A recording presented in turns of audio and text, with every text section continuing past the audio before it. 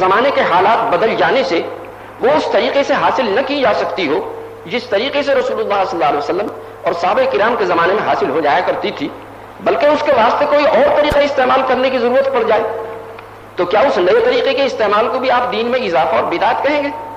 پھر اپنے مقصد کو اور زیادہ واضح کرنے کے لیے فرمایا مثلا دین سیکھنا سکھانا ضروری ہے اور دین میں اس کا نہایت تاکیدی حکم ہے، اور آپ جانتے ہیں کہ رسول اللہ صلی اللہ علیہ وسلم اور حضرات صحابہ کرام کے زمانے میں اس کے لیے صرف صحبت کافی ہو جاتی تھی، تعلیم کے لیے کوئی مستقل انتظام نہیں تھا، نہ مدرسے تھے نہ کتابیں تھیں، لیکن بعد میں حالات ایسے ہو گئے صحبت اس مقصد کے لیے کافی نہیں رہی، بلکہ کتابوں کی پھر مدرسوں کی بھی ضرورت پڑ گئی، تو اللہ کے بندوں نے کتابیں لکھی اور مدرسے قائم کیے، اور اس کے بعد سے دین کی تعلیم و تعلم کا سارا سلسلہ اسی سے چلا اور اب تک اسی طرح قائم ہے۔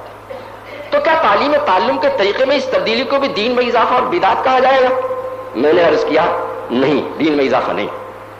دین میں اضافہ جب ہوتا ہے جبکہ مقصود اور امر شرعی بنا کر کیا جائے، لیکن اگر کسی دینی مقصد کے حاصل کرنے کے لیے قدیمی طریقے کے ناکافی ہو جانے کی وجہ سے کوئی نیا جائز طریقہ اختیار کر لیا جائے تو اس کے دین میں اضافہ نہیں کہا جائے گا، نہ وہ بدعت ہوگا۔ فرمایا بس سلوک کے جن اعمال و اشغال پر آپ کو بدعت ہونے کا شبہ ہے ان کی سب کی نوعیت بھی یہی ہے، ان میں سے کوئی چیز بھی مقصد سمجھ کر نہیں کی جاتی، بلکہ یہ سب نفس کے تزکیے اور تحلیے کے لیے کرایا جاتا ہے، نفس کا تزکیہ ہو جائے اور اخلاق حمیدہ سے آراستہ مزین ہو جائے، جو دین میں مقصود اور معمول وہی ہے۔ مثلا یوں سمجھیے کہ اللہ جل شانہ کی محبت اور ہر وقت اس کا اور اس کی رضا کا دھیان، فکر رہنا اور اس کی طرف سے کسی وقت بھی غافل نہ ہونا، یہ کیفیت دین میں مطلوب ہے۔ قرآن اور حدیث سے معلوم ہوتا ہے ان کے بغیر ایمان اور اسلام کامل نہیں ہوتا، لیکن رسول اللہ صلی اللہ علیہ وسلم کے زمانے میں دین کی تعلیم و تربیت کی طرح یہ ایمانی کیفیات بھی آپ کی صحبت سے حاصل ہو جاتی تھی، اور حضور صلی اللہ علیہ وسلم کے فیض صحبت سے صحابہ کرام کی صحبتوں میں بھی یہ تاثیر تھی، لیکن بعد میں ماحول کے بگڑ جانے اور استعدادوں کے ناقص ہو جانے کی وجہ سے اس مقصد کے لیے کاملین کی صحبت بھی کافی نہیں رہی، تو دین کے اس شعبے کے اماموں نے ان کیفیات کے حاصل کرنے کے لیے صحبت کے ساتھ ذکر و فکر کی کثرت کا اضافہ کیا، اور تجربے سے یہ تجویز صحیح ثابت ہوئی۔ اسی طرح بعض مشائخ نے اپنے زمانے کے لوگوں کے احوال کا تجربہ کر کے ان کے نفس کو توڑنے اور شہوات کو مغلوب کرنے اور طبیعت میں لینت پیدا کرنے کے لیے ان کے واسطے خاص ان کی ریاضت اور مجاہدت تجویز کیے۔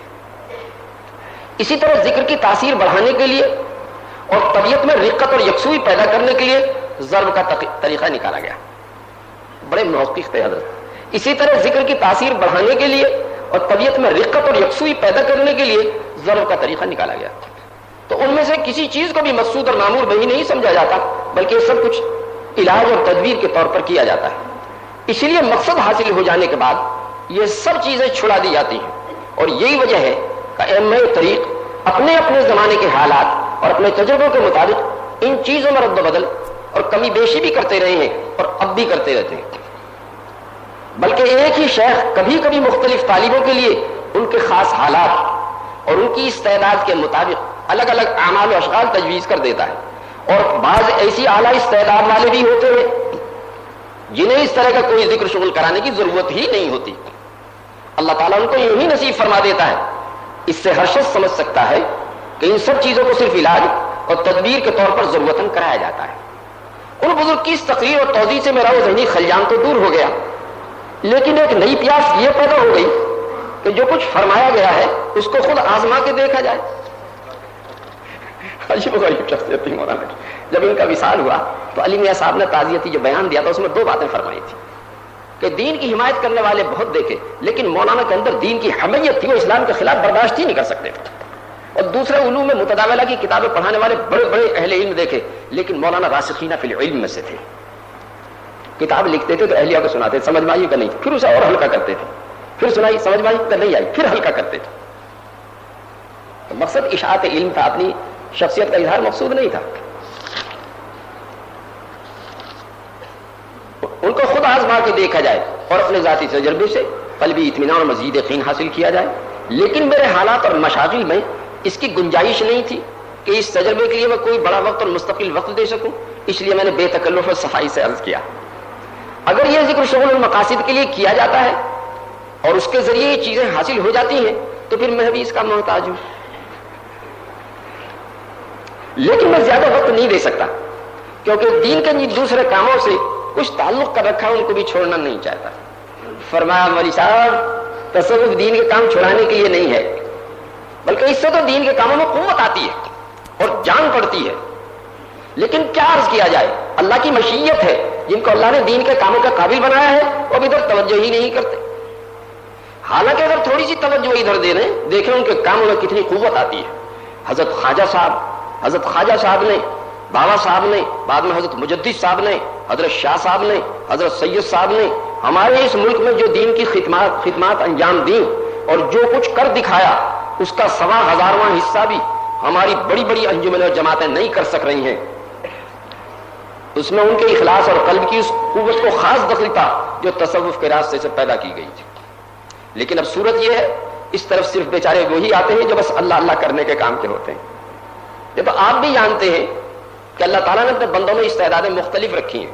ناقص استعداد کا آدمی اعلیٰ استعداد والوں کا کام نہیں کر سکتا. پھر اسی سلسلے میں فرمایا، یہ اتر ہے بالکل ان سطروں میں. خدا معلوم لوگ تصوف کو کیا سمجھتے ہیں. تصوف تو بس اخلاص اور عشق پیدا کرنے کا ذریعہ ہے. خدا معلوم لوگ تصوف کو کیا سمجھتے ہیں. تصوف تو بس اخلاص اور عشق پیدا کرنے کا ذریعہ ہے، اور جو کام عشق کی طاقت سے اور اخلاص کی برکت سے ہو سکتا ہے وہ اس کے بغیر نہیں ہو سکتا. تو دراصل تصوف ضروری نہیں ہے، بلکہ عشق و اخلاص پیدا کرنے کی ضرورت ہے. اگر کسی کو اس کے حاصل کرنے کا اس سے بھی آسان اور مختصر اور کوئی راستہ معلوم ہو جائے تو مبارک، وہ اسی راستے سے حاصل کر لے اور ہم کو بھی بتلا دے. ہم تو اسی راستے کو جانتے ہیں جس کا اللہ کے ہزاروں صادق بندوں نے سینکڑوں برس سے تجربہ کیا ہے، جن میں سینکڑوں وہ تھے جو دین کے اس شعبے کے مجتہد بھی تھے اور صاحب الہام بھی تھے. میں نے عرض کیا، جو شخص پہلے سے کسی دینی کام میں لگا ہوا ہو اور مجھے محسوس کرتا ہو کہ اسے عشق و اخلاص نصیب نہیں ہے، تو کیا وہ کسی مدت تک اس کام کو چھوڑ کے پہلے اس کی تحصیل کرے؟ یا یوں بھی ہو سکتا ہے جو کچھ کر رہا ہے اس کو بھی کرتا رہے اور اس کے ساتھ اس کو بھی حاصل کرنے کی کوشش کرے. کوئی پہلے تشنہ نہیں چھوڑا ہونا. ہاں یہ ہو سکتا ہے، البتہ بعض دوائیں ایسی ہوتی ہیں انہیں کچھ مدت کے لیے یکسوئی کے ساتھ اس طرح مشغول ہونے کی ضرورت ہوتی ہے. میں نے عرض کیا کیا اس کے لیے بیعت ہونا بھی ضروری ہے؟ فرمایا نہیں، بالکل نہیں. ہاں طلب اور اعتماد کے ساتھ محبت اور صحبت ضروری ہے. بیعت تو صرف تعلق اور اعتماد کے اظہار کے لیے ہے، ورنہ اصل مقصد میں بیعت کو کوئی خاص دخل نہیں ہے. یہ محقق ہے جو ایک بات فرما گیا. فرمایا نہیں، بالکل نہیں. ہاں طلب اور اعتماد کے ساتھ محبت اور صحبت ضروری ہے. بیعت تو صرف تعلق اور اعتماد کے اظہار کے لیے ہے، ورنہ اصل مقصد میں بیعت کو کوئی خاص دخل نہیں ہے. میں نے عرض کیا پھر مجھ کو بھی کچھ فرما دیں. اس کے بعد حضرت محمد منظور صاحب نے حضرت رائے پوری سے بیعت ہو کر اپنے قلب کو مذکر فرمایا. حضرت رائے پوری نے ان کو خلافت و اجازت سے سرفراز فرمایا. اللہ ہمیں بھی توفیق عطا فرمائے. آج لوگوں کو شبہ ہوتا ہے بیعت کیوں کرتے ہیں، اس کی وجہ سے میں نے پڑھ کر سنا ہے. جی کا جو اسلوب ہے اور جس انداز سے حضرت شاہ صاحب نے جواب دیا ہے، اس کے بعد کسی وضاحت کی حاجت نہیں ہے. کیا نہیں بھائی؟ ہمارے حضرت شاہ عبد القادر صاحب رائے پوری قدس سرہ فرمایا کرتے تھے، تعلق مع اللہ کے لیے 3 چیزیں ضروری ہیں: صحبت شیخ، کثرت ذکر اور خلوت. اور بغیر صحبت شیخ کے اخلاق رذیلہ نہیں نکلتے، چاہے جتنا ذکر کر لو. سچی بات یہی ہے. مدرسہ پڑھانے والے ہوں، حدیث میں ایک مال والے کو بلا کے فرمائیں گے، میاں ہم نے تمہیں مال کی فراوانی عطا فرمائی، کیا حق ادا کیا؟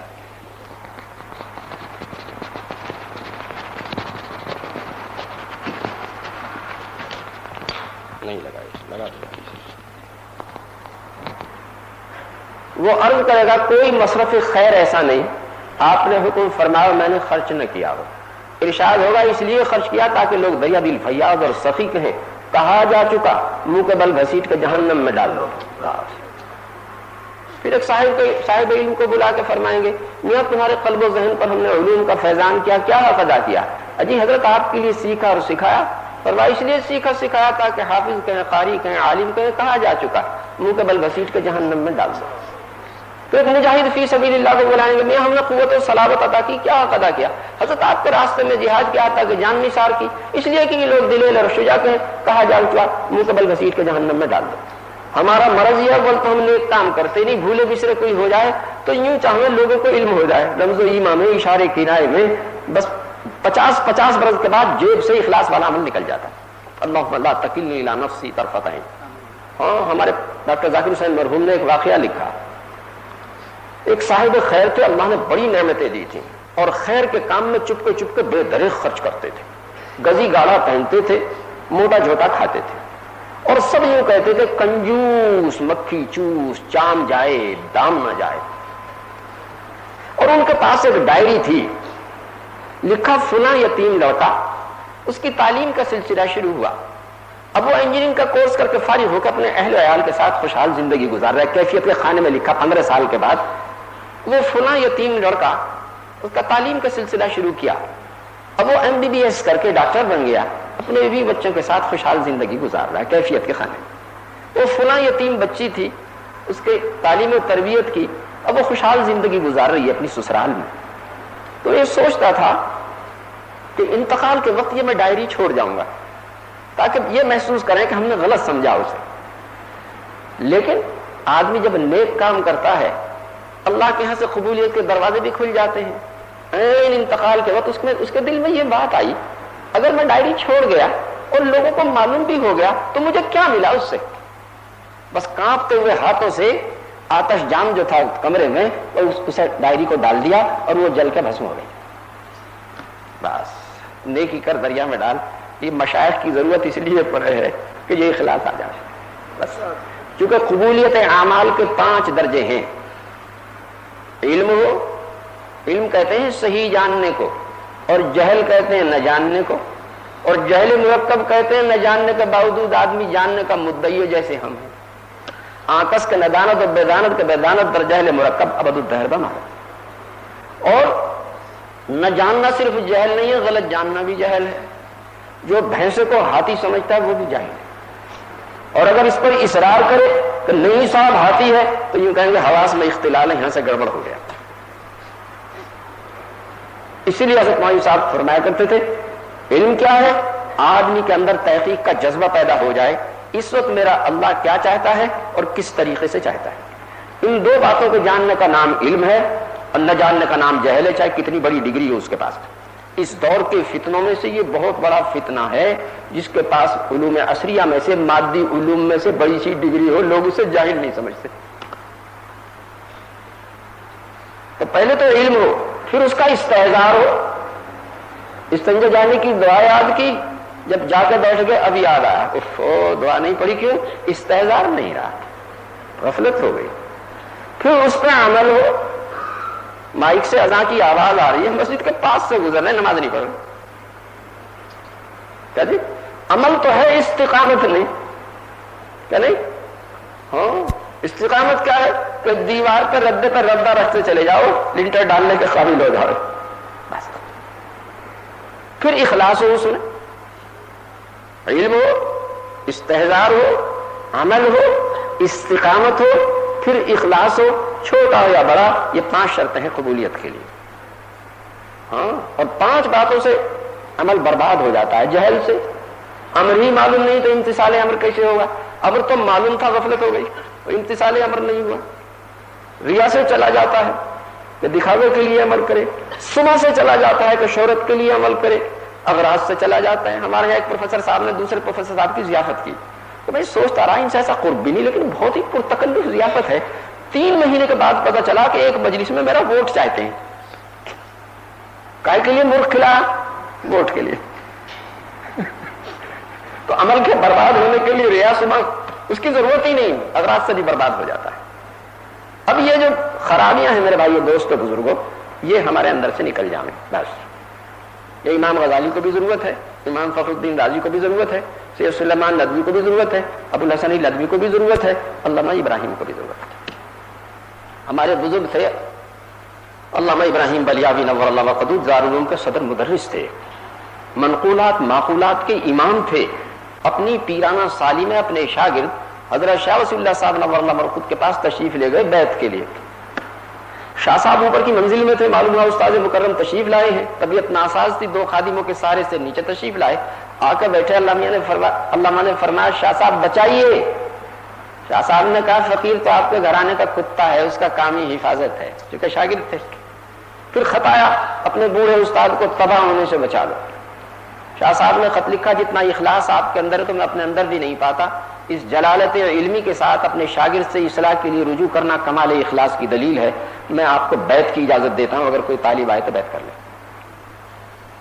اور یہ اعجاز قاسمی نے حضرت کی سیرت پر جو کتاب لکھی ہے دونوں حضرات کے پورے مکاتیب نقل کیے ہیں. علامہ تو جیسا مرید کو ہونا چاہیے اس سطح سے تجاوز نہیں کیا، اور شاہ صاحب نے اپنے شاگرد ہونے سے تجاوز نہیں کیا. عجیب و غریب خط و کتابت ہے. تو میرے بھائی اور دوستو بزرگوں، یہ تو میں نے اس لیے سنایا تھا، ہم سب کو اس کی ضرورت ہے.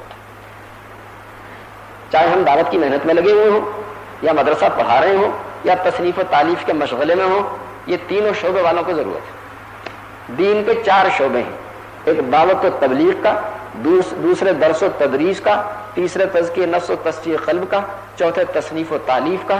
چاروں لازم و ملزوم ہے، کسی کی تخفیف نہیں ہو سکتی. دعوت کا شعبہ نہیں ہوگا تو باقی 3 شعبے زندہ نہیں رہ سکتے. جب سے دعوت کی محنت شروع ہوئی ہے دینی اداروں میں داخلے کے لیے مقابلے کے امتحان ہو رہے، ریل پیل ہو رہی طلبا کی. ایک ایک شیخ کے پاس لاکھوں مریدین. ہاں اب رسی پکڑانے کی ضرورت نہیں پڑ رہی. کہو بھائی لا الہ، ہم نے اپنے شیخ کو دیکھا، رسی وسی کو مسئلہ ہی نہیں تھا نا کپڑے کا.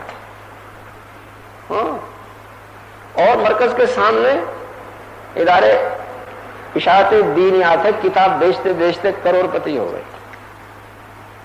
تو دعوت کا شعبہ نہیں ہوگا تو باقی 3 شعبے زندہ نہیں رہ سکتے. اور یہ 3 شعبے دعوت کی سرپرستی نہ کریں گے تو دعوت سراسر فتنہ ہے. یہ ہر وقت اہل علم، اہل نسبت، اہل تصنیف کی محتاج ہے. حضرت امام بخاری قدس سرہ نے چاہے ایک دن تبلیغ میں نہ لگایا ہو لیکن ان کی کتاب سے کوئی صرف نظر نہیں کر سکے. اس لیے ہمارے بڑے یوں کہتے ہیں ان 4 شعبوں میں 4 احتیاطیں ضروری ہیں. انفرادی، اجتماعی، عمومی، خصوصی. حتیٰ کہ رمز و ایما میں ان میں سے کسی کی تنقیص نہ ہو، ان میں سے کسی کی تنقید نہ ہو، ان میں سے کسی کی تردید نہ ہو، ان میں کسی سے تقابل نہ ہو. اور تقابل ہمیشہ تفاضل سے پیدا ہوتا ہے. جب آپ یوں کہیں گے اصل تبلیغ بس یہیں سے فتنہ کھڑا ہو جائے. اور ایک ہمارے بڑے یوں کہتے ہیں دین کے جتنے شعبے یا جتنے اعمال ہیں وہ ایک دوسرے کے ناقض نہیں ہیں. نماز روزے کی ناقض نہیں ہے، روزہ زکات کا ناقض نہیں ہے، زکات حج کی ناقض نہیں. بس ایک بزرگ ہمارے گزرے ہیں علامہ عبد الوہاب شیرانی رحمۃ اللہ علیہ. ایک واقعہ لکھا انہوں نے.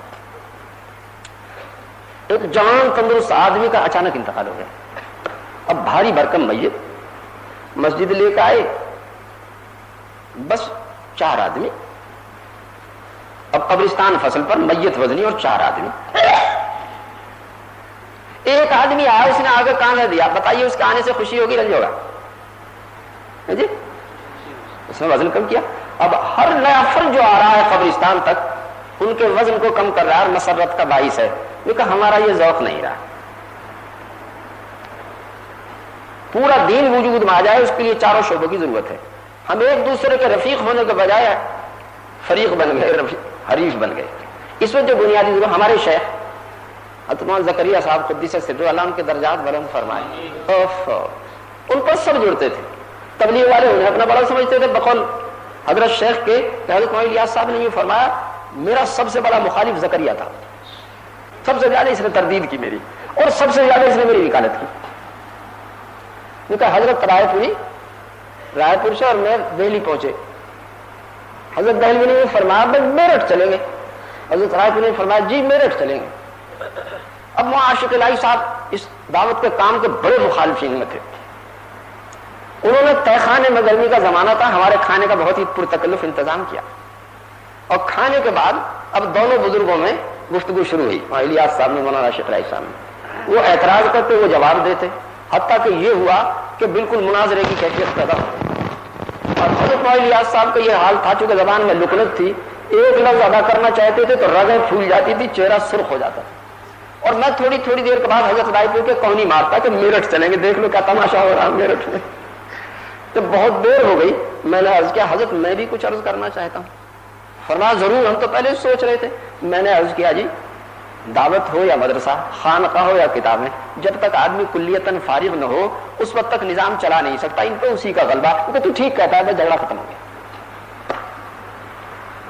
یہی ہے میرے بھائیو دوستو بزرگوں، ہم جو مختلف شعبوں میں کام کر رہے ہیں ہم ایک دوسرے کو اپنے کا رفیق سمجھیں، بس سچی بات یہ. ہمارے ہاں علماء کرام سال لگاتے ہیں اور ہر سال 100 سے زیادہ ہوتے ہیں، اب بھی 100 سے زیادہ تھے. کبھی کبھی مجھے ان سے بات کرنی ہوتی ہے، میں پوچھا کرتا ہوں 100 میں سے مشکل سے 5 نہیں نکلتے جن کے ابا جان عالم ہیں یا دادا جان عالم ہیں. اکثر ایسے جو کام سے لگے دعوت کے اور انہوں نے اپنے بچوں کو حفظ کرایا، قاری بنایا، عالم بنایا، مشائخ کے ہاں بھیج دیا. بس ہم اس کی نیت کریں انشاءاللہ کہ نہ کسی شعبے کی تنقیص کریں گے، نہ تنقید کریں گے، نہ تردید کریں گے، نہ تقابل پیدا ہونے دیں گے. ہم سب کو جیسے ہمارے شیخ کو سب اپنا سمجھتے تھے، تبلیغ والے بھی اپنا سمجھتے تھے، مدارس والے بھی اپنا سمجھتے تھے، مشائخ بھی اپنا سمجھتے تھے، کتابوں والے بھی اپنا سمجھتے تھے. ہاں بعض اکابر میں اختلاف تھا لیکن شیخ پہ دونوں جڑتے تھے.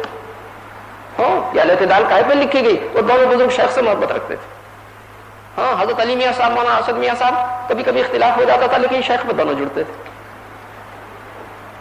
ہاں حضرت محمد منور صاحب کو بھی ہم نے اسی دیکھا. حضرت شیخ کے جتنے لوگ ہیں انہیں سب اپنا سمجھتے ہیں، اسی لیے تو ہم بنگلے والی مسجد سے یہاں آ جاتے ہیں اور ہمارا آنے کی غرض کیا ہے؟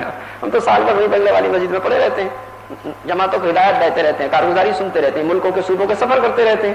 لیکن مجھے اصلی چیز ہے اخلاص، اس کی وجہ سے یہاں کے حضرت کے پاس پڑھتے ہیں. اللہ نصیب فرمائے. سبحان اللہ و بحمدہ سبحان اللہ. حیا علی خیر العمل. ایمان کی تازگی اور دینی معلومات کے اضافے کے لیے بہترین کوالٹی کی شاندار audio cassette, Islamic audio cassette, سبھی طرح کے نعت، تقریر، قرات اور اجتماعات کے ہوئے بیانات کے شاندار audio cassette, Islamic audio cassette خریدنے کے لیے اسلامک آڈیو کیسٹ سینٹر 231 بستی نظام الدین، نئی دلی 13